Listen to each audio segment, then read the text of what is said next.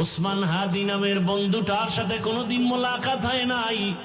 ও আল্লাহ, কিন্তু একটা পশু কেউ যদি আক্রমণ করে পশুর উপরে সহ্য করা যায় না, আর সেখানে একটা তাজা প্রাণ চলে যাবে। আয় আল্লাহ, এটা অন্তরকে মানানো যায় না। আয় আল্লাহ তাআলা, আপনার কুদরতের ফয়সালা। আয় আল্লাহ, আজকে শুনলাম তিনি দুনিয়াতে জিন্দা নাই। আয় আল্লাহ, তাকে শাহাদাতের মর্যাদা দান করেন। এরকম আমার কলিজার যত যুবক, তাদের নিরাপত্তার জন্য আপনি কুদরতের দরজা খুলে দেন।